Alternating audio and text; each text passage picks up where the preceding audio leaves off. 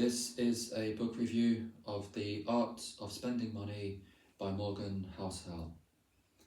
You may recognise the front cover of this book. It's very similar to another book by Morgan Housel, The Psychology of Money, which came out a number of years ago, was a very successful and popular book.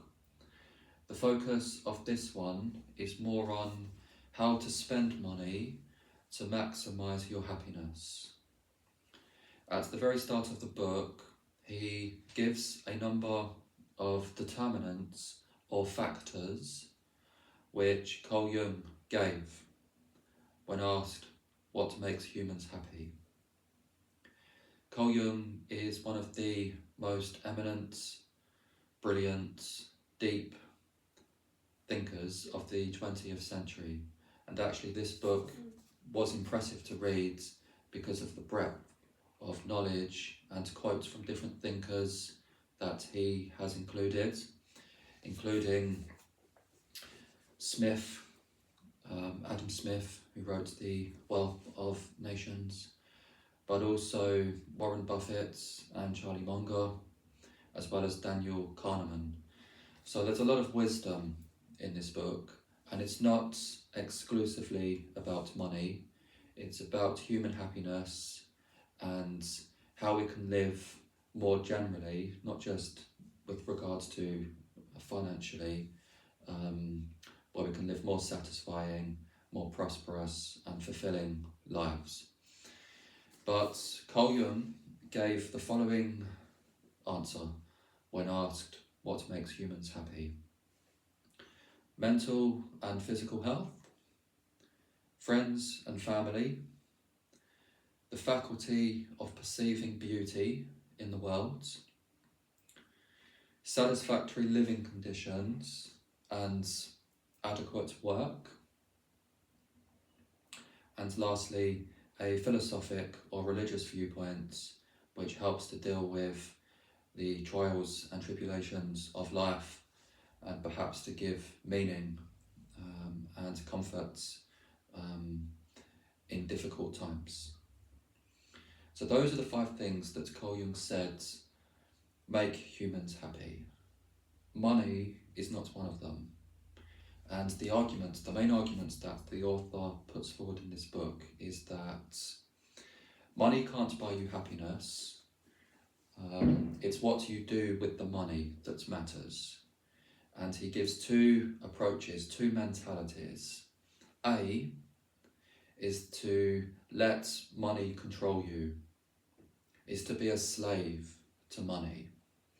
And he gives stories of people who live in giant palaces, great big mansions with many sports cars, but they're living very unhappy, anxious, stressful, envious, fearful lives, always wanting the next best thing, always wanting a bigger house, always wanting a new sports car, always comparing themselves to others, always thinking about what others think of them, being too self-conscious, worried that they're going to lose their reputation and their fame and the attention.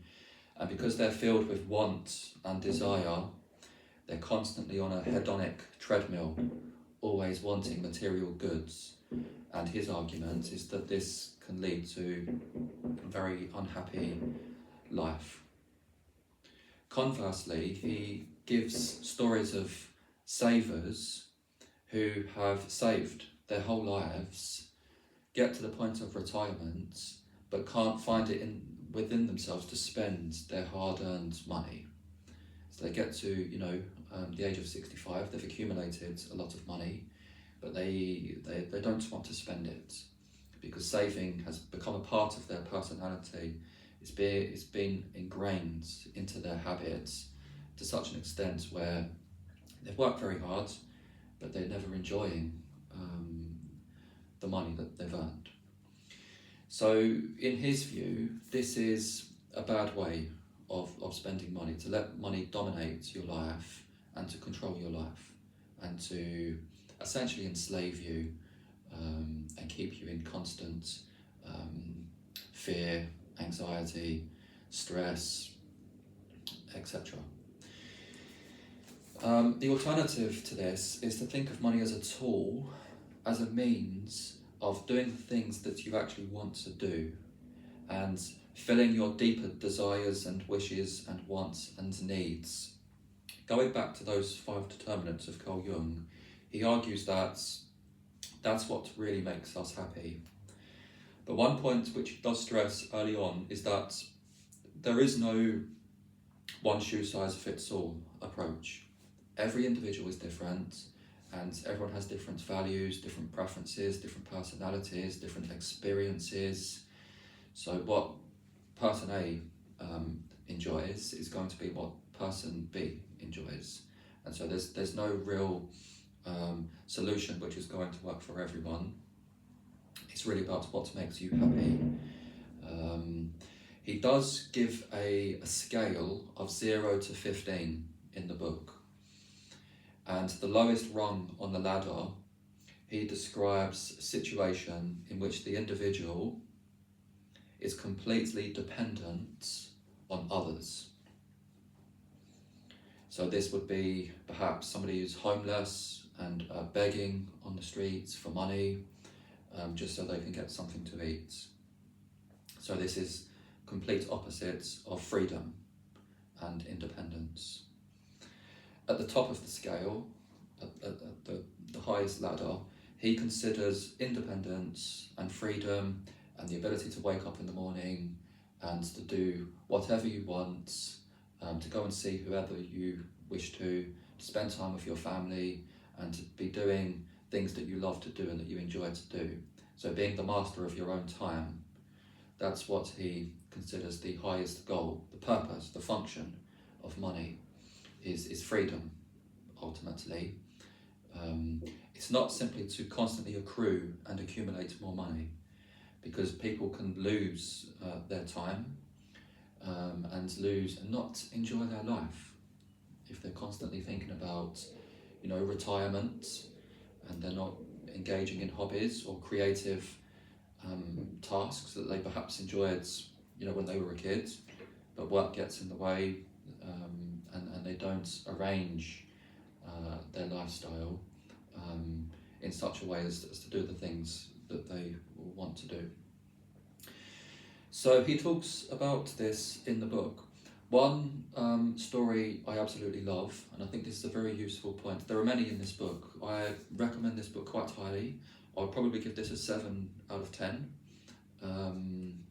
There's a lot of value in here. There's a lot of things that when you read them, they make you consider that perhaps you never thought about before.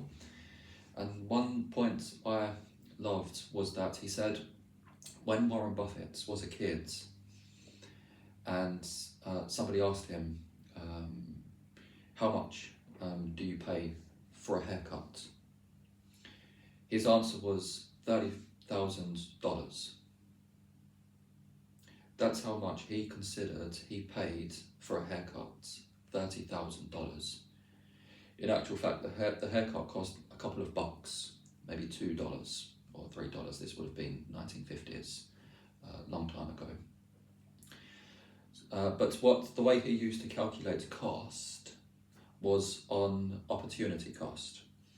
He used to consider, if I weren't to buy this haircut for $3, but instead invest this $3 in the stock market by buying stock in a particular company, how much would this be worth in 30 years? And he calculated it that if he were not to purchase that thing for $3, but to invest it, he would have a lot more money due to compounding. Albert Einstein considered compounding the ninth wonder of the world because the maths are quite extraordinary when you look at it and when you calculate it. The snowballing, the accumulation of compounding, even small returns year after year, rolling over, can result in huge returns in the long term. And so that was Warren Buffett's mindset from an early age, was to consider the hidden costs. Spending $10 on, something that's fleeting, something that's not going to last. Let's say, a bag of sweets, for example. the cost is not just the $10 that costs immediately, but you're losing out on the potential value of investing that $10. And so that was a really interesting point he made in the book. But I would highly recommend this book. It has lots of stories, lots of anecdotes, which are quite interesting to read. It's not particularly complex. I read this in 3 days, and it's an enjoyable read. So do check it out. You can possibly look on Amazon or any other bookstore. Thanks for watching.